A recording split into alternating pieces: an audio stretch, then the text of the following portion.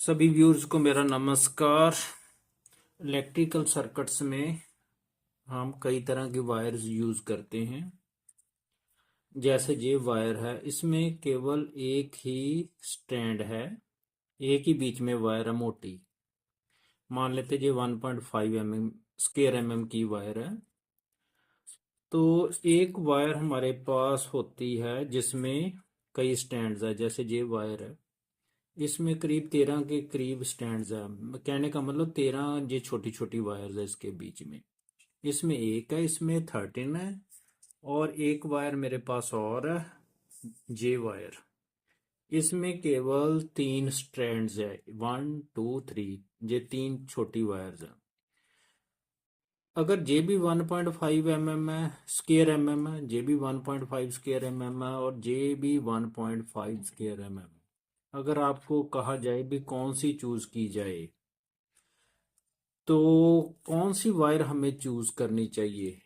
ये एक, केवल ये एक मोटी वायर ही, केवल एक ही इसमें स्टैंड है, या मल्टीपल स्टैंड वाली, या 3 स्टैंड वाली, या और भी ज्यादा हो सकते हैं।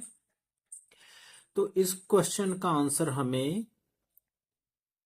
तभी मिलेगा अगर हमें थोड़ी और जानकारी, जो हमने इलेक्ट्रिकल करंट पढ़ा हुआ उसके बारे में हो।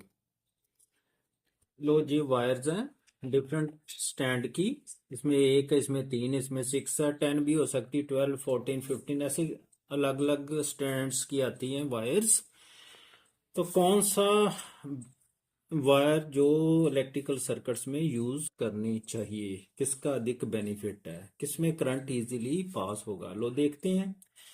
इस कॉन्सेप्ट को समझने के लिए हमें भी कौन सी वायर हमने यूज करनी है, उसके लिए नीचे वाले कॉन्सेप्ट जानने जरूरी है। एक तो magnetic field, change in magnetic flux क्या होता है, लेंज लॉ क्या होता है, एडी करंट्स क्या होते हैं, फिर आता है स्किन इफेक्ट, जहां से हम रिजल्ट निकालेंगे। ये एसी और डीसी में अलग अलग है, थोड़ा इसमें भी हम ध्यान रखेंगे। पहले बात करते हैं मैग्नेटिक फील्ड की। जैसे ये मैग्नेट है, ये नॉर्थ पोल है, साउथ पोल है। इसके इर्द गिर्द ऐसे मैग्नेटिक लाइंस ऑफ फोर्सेस चलती है, नॉर्थ से साउथ की तरफ ऐसे इधर अंदर एंटर करती, इधर से बाहर निकलती है। तो इसमें कोई भी आप मैग्नेटिक मटेरियल रखेंगे, चाहे कंपास रखो, तो उस पर इसका इफेक्ट होगा। तो आगे आगे चेंज इन मैग्नेटिक फ्लक्स, लो इसे समझते हैं। मैग्नेटिक फ्लक्स किसे कहते हैं और चेंज इन मैग्नेटिक फ्लक्स से क्या होता है। ये मैग्नेटिक फ्लक्स, ये कॉन्सेप्ट ना मैंने पहले अच्छी तरह समझाए हुए हैं इलेक्ट्रोमैग्नेटिक इंडक्शन के चैप्टर में। It is defined as the number of magnetic lines of forces crossing the surface normally. ये सरफेस है, मान लो कोई सरफेस है, मेटेलिक सरफेस है, कॉपर एल्यूमिनियम की। उसमें से जो मैग्नेटिक लाइंस ऑफ फोर्सेस अगर ऐसे क्रॉस करें, अगर ये एक्सिस के साथ थीटा एंगल बनाती है, तो जो मैग्नेटिक फ्लक्स है उसकी वैल्यू थी B dot A. Dot product होता है, तो बी डॉट हटाएंगे तो बी ए कॉस थीटा। इसका मतलब मैग्नेटिक फ्लक्स कब मैक्सिमम होगा, जब ये लाइनें, जो मैग्नेटिक लाइंस ऑफ फोर्सेस है, इसे परपेंडिकुलरली कट करें, उस वक्त मैक्सिमम मैग्नेटिक फ्लक्स होगा। तो अगर पैरेलल कट करे तो जीरो मैग्नेटिक फ्लक्स होता है।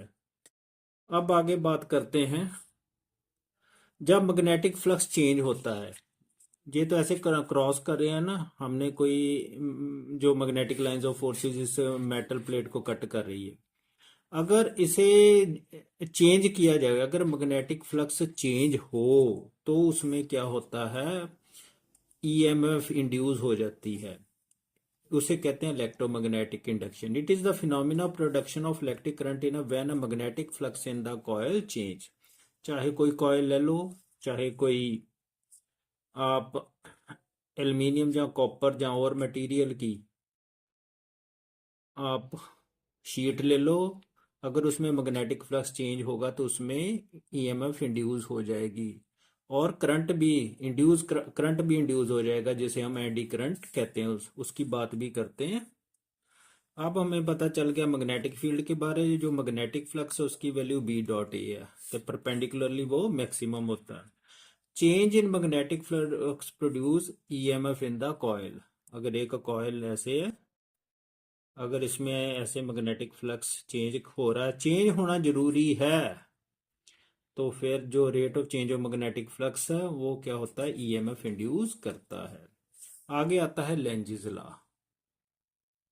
Lenzi's law states that induced current produced in a circuit always flows in such a direction that it opposes the cause which produces it। जैसे for example ये एक coil है, एक ही ली है, ये नॉर्थ पोल हम इसकी तरफ लेके जाएंगे तो अब मैग्नेटिक लाइंस ऑफ फोर्स इसे कट करेगी ना, इसका मतलब जो मैग्नेटिक फ्लक्स है वो चेंज हो रहा है, तो इसमें क्या होगा, इसमें ईएमएफ इंड्यूस होगी। कैसी ईएमएफ इंड्यूस होगी, अगर जहां नॉर्थ पोल नजदीक लेके आओगे तो ऐसे इसमें induce EMF anti clockwise produce होगी। नॉर्थ हो तो नॉर्थ बनेगा ना, नॉर्थ इसको रिपेल करेगा, तो यही कह रहा है Lenz's law, oppose the cause which produces it, north लेकर इसको रिपेल करके उसके कारण ही इसमें ईएमएफ इंड्यूस होती है।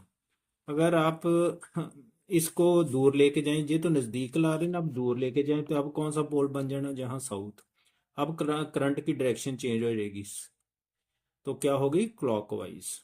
तो अब फिर वही बात होगी, जे दूर जाना चाहता है, जैसे अट्रैक्ट कर रहा है, oppose the cause which produces it. तो हो गया लेंजिस लॉ।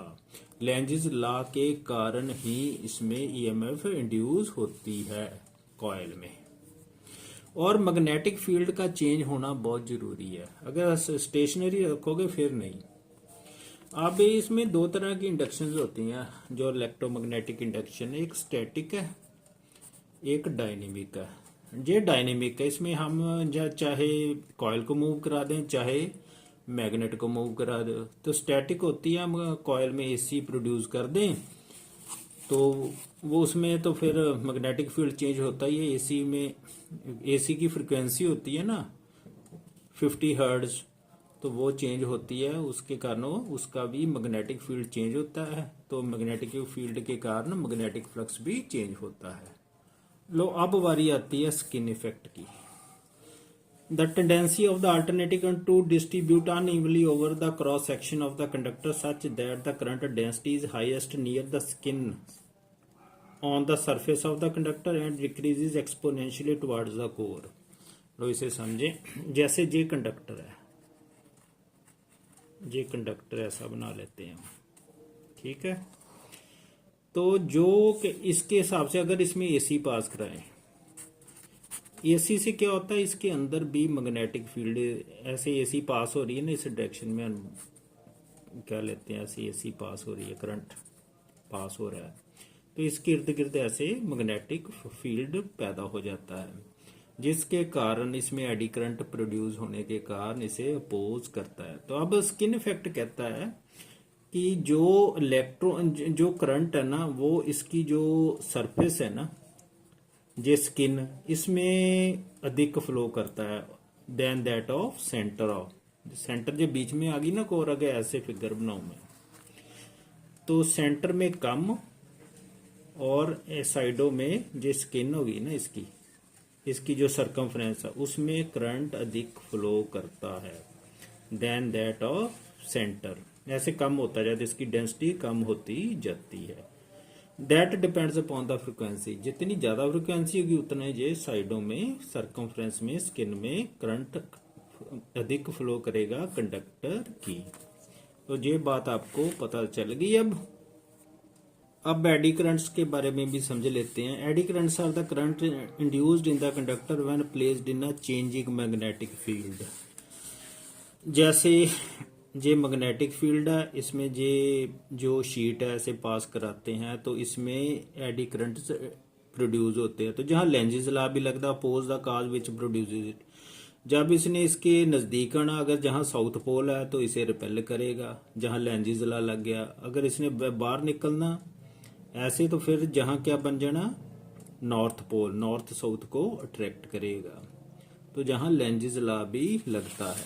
लो और डिटेल से देखें, लो एडी करंट्स को और अच्छी तरह समझे। जैसे ये मैग्नेटिक फील्ड है, ऐसे बी मान लेते हैं, जहां मैंने एक ऐसे शीट रख दी बीच में, इसको कट करा, ये मैग्नेटिक फील्ड चेंज होना जरूरी है। तो इसमें जो सर्कुलर करंट्स प्रोड्यूस होंगे, which oppose the cause which produces it, इसको अपोज करेंगे, इस डायरेक्शन में इसने प्रोड्यूस होना। तो ये जो इसमें राउंड टाइप के ऐसे करंट्स प्रोड्यूस होते हैं ना, सर्कुलर टाइप के, उसे कहते हैं एडी करंट्स। ये इसको क्या करेंगे, इस मैग्नेटिक फील्ड को अपोज करेंगे। तो ये ऑपोजिशन को ओवरकम होती है ना जब, तो तभी इसमें एडी करंट प्रोड्यूस होते हैं। क्योंकि जहां भी मैग्नेटिक फील्ड बनता है ना इसके कारण, एडी करंट्स के कारण, तो वो इसको अपोज करता है। लो अब स्किन इफेक्ट को थोड़ा और इलेबोरेटेड वे से समझते हैं। Skin effect depends upon the frequency. DC में स्किन इफेक्ट नहीं होता, क्योंकि डीसी में तो जो मैग्नेटिक फील्ड बनना ही नहीं, तो स्किन इफेक्ट कहाँ से होना, वहां कोई प्रॉब्लम नहीं। वहां तो जो मर्जी कंडक्टर आप यूज कर ले, एक स्टैंड वाला कर लो, मल्टीपल स्टैंड वाला कर लो, उससे कोई फर्क नहीं पड़ता। जहां एसी पास हो रही है, जहां किसकी बात हो रही है, एसी की, घरों में 50 हर्ट्ज आती है। जो एसी पास ऐसे होनी है, एक जो मैं सेंटर से मान लो करंट सेंटर से फ्लो कर रहा है, एक ले लिया मैंने बीच में लाइन, उसमें करंट फ्लो कर रहा है।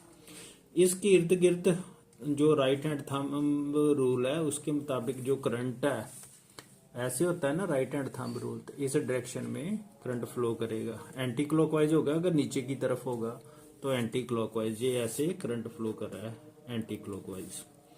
तो जहां तो काफी सर्कुलर होंगे ना, मैंने थोड़े कम बनाए हैं, जहां तो इनफाइनाइट। ये जो सर्कुलर मैग्नेटिक फील्ड बन रहा है ना, that is due to the flow of current.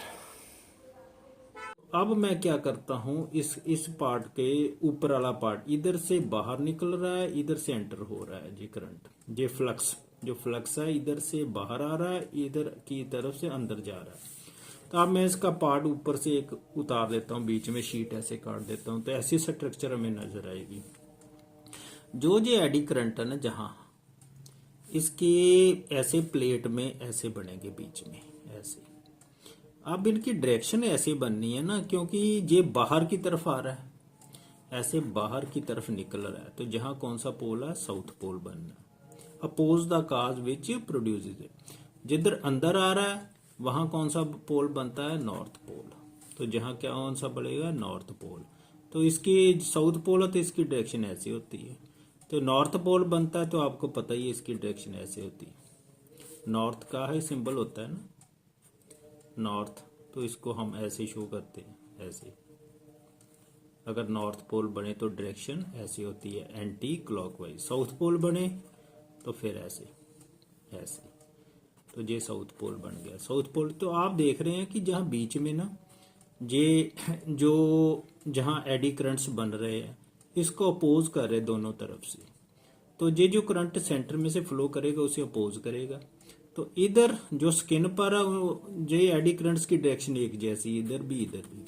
तो आप जहां देख लो, तो एडी करंट्स की जो सरफेस पर है ना, सरकमफ्रेंस पर या स्किन पर कह लो, एडी करंट्स की डायरेक्शन इधर ही है। अंदर ये दोनों जो करंट सेंटर में से पास हो रहा है ना, उसको अपोज कर रहे हैं। इसलिए जो अब करंट इजी पाथ चाहता है तो वो क्या करेगा, बीच में से पास नहीं कर, क्योंकि जहां उसे ऑपोजिशन मिल रही है, तो वो क्या करेगा, इसकी साइडों में से पास होगा, ऐसे साइडों में से। कहने का मतलब स्किन से पास होगा। तो दैट इज, तभी इसे कहते हैं स्किन इफेक्ट। इसलिए अगर आप कंडक्टर लेंगे, मान लो आप लेते हैं ये कंडक्टर, जे वाला कंडक्टर, इसमें एक ही है, तो इसमें स्किन इफेक्ट भी होगा, तो इसमें कम करंट पास होगा, क्योंकि इसमें एक ही कंडक्टर है। आपने ले लिए 3 कंडक्टर, 1 2 3, अब स्किन इफेक्ट तो तीनों में ही होना, तो इसमें अब हमें इजी पाथ मिल गया तीनों में। सरकमफ्रेंस में तो पास हो, इसकी भी सरकमफ्रेंस में पास हो, इसकी स्किन में भी पास हो जाएगा, इसकी स्किन में, तो अब अधिक करंट फ्लो कर रहे। अगर आपने 12-13 स्टैंड वाला कंडक्टर ले लिया तो अब तो और इजी हो गया। अब 12-13 जो वायर्स है इसमें इजीली करंट पास हो जाएगा। तो जो फ्रिक्वेंसी है ये डिपेंड करती, जो रेजिस्टेंस है फ्रिक्वेंसी पर डिपेंड करती है। अब फ्रिक्वेंसी तो घरों में 50 हर्ट्ज आती है, आपको पता ही है, तो उसका तो हम कुछ कर नहीं सकता। तो बेटर वे कि हम इसमें अगर स्टैंड अधिक हो तो वो कंडक्टर ही ले लेना चाहिए। एक तो इसका फायदा है कि इसमें मैकेनिकल स्ट्रेंथ अधिक होती है, मैकेनिकल स्ट्रेंथ अधिक होती है, इजीली मुड़ जाता, देखो स्ट्रेंथ अधिक होती है। दूसरा, अगर एक बीच में टूट भी गया ना मान लो, तो फिर भी करंट तो फ्लो ही करता रहता है। इसमें अगर एक भी टूट गया तो बस काम खत्म, फिर तो आगे सर्किट ही ब्रेक हो जाना। तीसरा, इसमें करंट इजीली फ्लो करेगा, तो अधिक फ्लो करेगा। इसमें रेजिस्टेंस फिर कम होगी ना, क्योंकि स्किन इफेक्ट सभी पे भी लगा, तब भी हमारे पास रास्ते तो काफी बन गए ना बीच में। तो इसलिए बेटर वे यही है कि हम मल्टीपल स्टैंड वाली वायर ही यूज करें। Thank you. मुझे उम्मीद है आपको अच्छी तरह समझ आ गई होगी।